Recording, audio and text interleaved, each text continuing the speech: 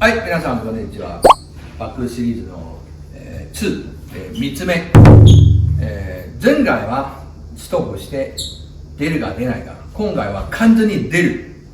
どうやって出る？長く横回転を切ってフォークサイドに、相手右筋であればフォークサイドにでバックフォークサイドに逆切り出す。これよく丹羽幸喜とか真野選手を使っているね。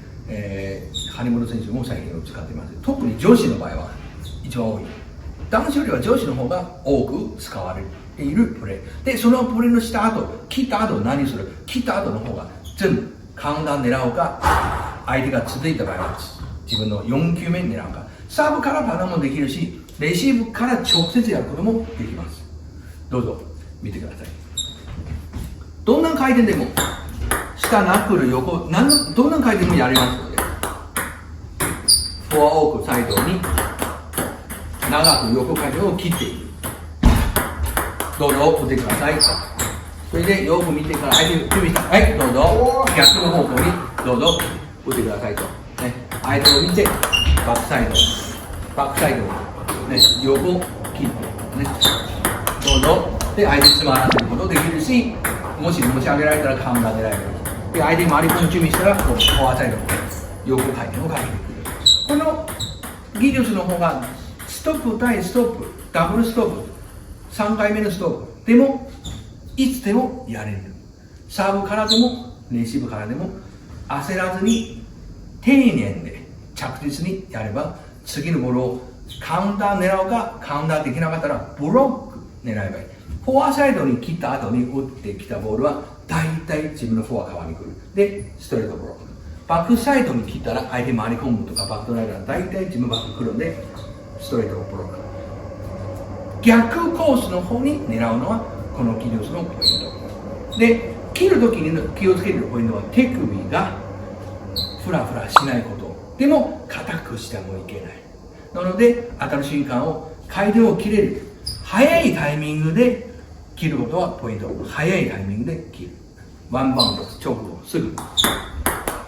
そうすると、ボールのスピードあるから相手が遅くなる。相手が遅くなったから、高い質のドライブ来ない。だからカウンターを狙います。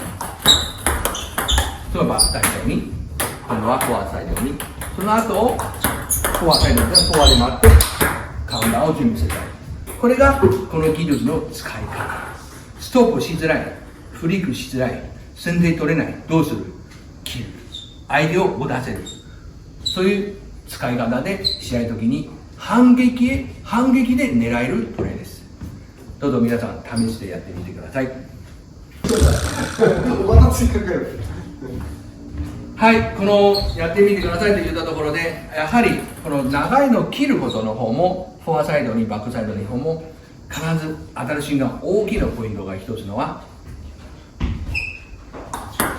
握る。ラケットを当たる瞬間を切りながらラケットをギュッと握ることは大きなポイントになります。そうするとボールの回転は切れるし、速さ伸びるし、ボールが重くなる。だから相手を持ち上げる。ね、この当たる瞬間の握る。何のために握る？摩擦するために。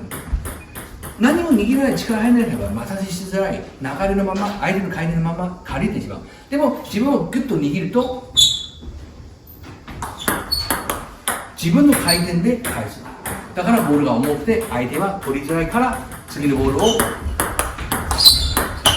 狙いやすくなる。どうぞこの最後のポイントをぜひ、心かけてやってみてください。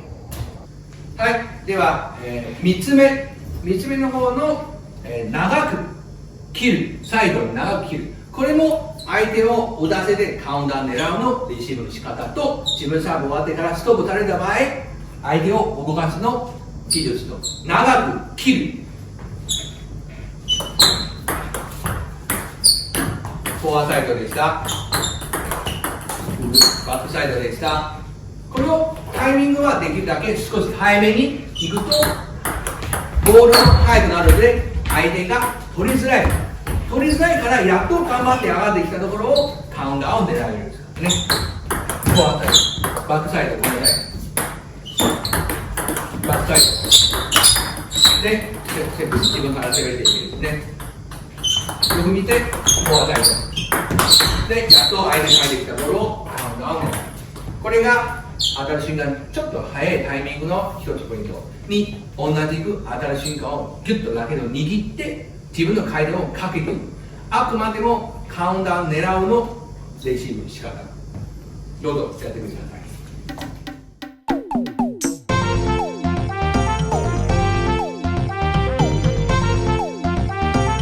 卓球ドクターのチャンネルをいいと思った方はぜひ、いいねと押したり、チャンネルの登録をぜひお願いします。